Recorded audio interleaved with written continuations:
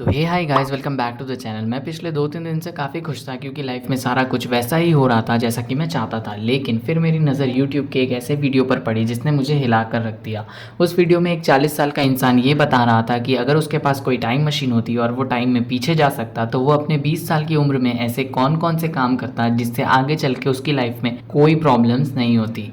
इस वीडियो में उसने बहुत सारे पॉइंट्स बताए जिसमें कुछ स्ट्रेसफुल थे, तो मैं लग गया ये ढूंढने में कि सच में क्या यूज़फुल है और क्या नहीं। और घंटों की रिसर्च के बाद मैंने अपनी लिस्ट फाइनल की। तो आज की वीडियो में मैं आपके साथ ऐसे कुछ टीनेज हैबिट्स ढूंढ के लाया हूँ जिसके लिए आप अपने आप को फ्यूचर में थैंक यू बोलोगे। तो चलिए शुरू करते हैं। आज की वीडियो का पहला पॉइंट है, आपको अपनी पैसिव इनकम की तैयारी चालू कर देनी चाहिए। इनकम मेनली 3 तरह की होती है, एक्टिव, पोर्टफोलियो और पैसिव। एक्टिव इनकम उसे कहते हैं जिससे आप अपनी डेली नीड्स को अफोर्ड कर पाते हो और वो आपकी मेन जॉब या बिजनेस से आती है। पोर्टफोलियो इनकम उसे कहते हैं जो कि आप स्टॉक मार्केट या इन्वेस्टमेंट में लगाकर अर्न करते हो। और पैसिव इनकम उसे कहते हैं जो आपके मेन बिजनेस से नहीं किसी और सोर्स से आती है। अब वो आपकी स्किल या पैशन भी हो सकता है। अब समझते हैं पैसिव इनकम ज़रूरी क्यों है। सपोज एक सॉफ्टवेयर इंजीनियर है जो कि अपने लैपटॉप पर काम करके कुछ सैलरी अर्न कर रहा है, उससे उसका घर तो चल रहा है, लेकिन अगर उससे उसका लैपटॉप ले लिया जाए तो क्या वो कोई इनकम जनरेट कर पाएगा?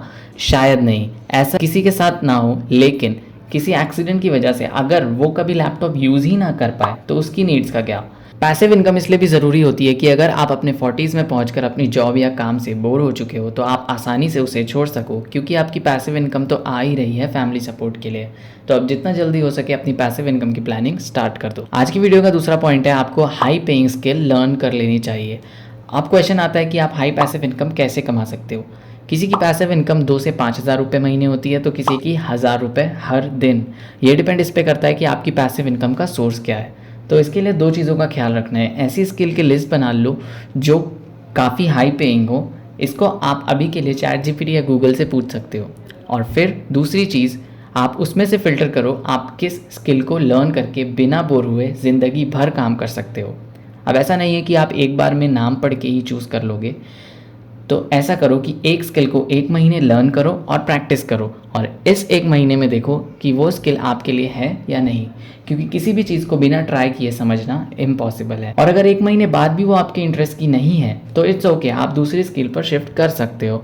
कुछ हाई पेइंग स्किल के एग्जाम्पल्स हैं graphic designing, web development, copy writing, और ये आपकी हॉबी भी हो सकती है जिससे आप लोगों को पैसे चार्ज कर सकते। So stop thinking and start doing.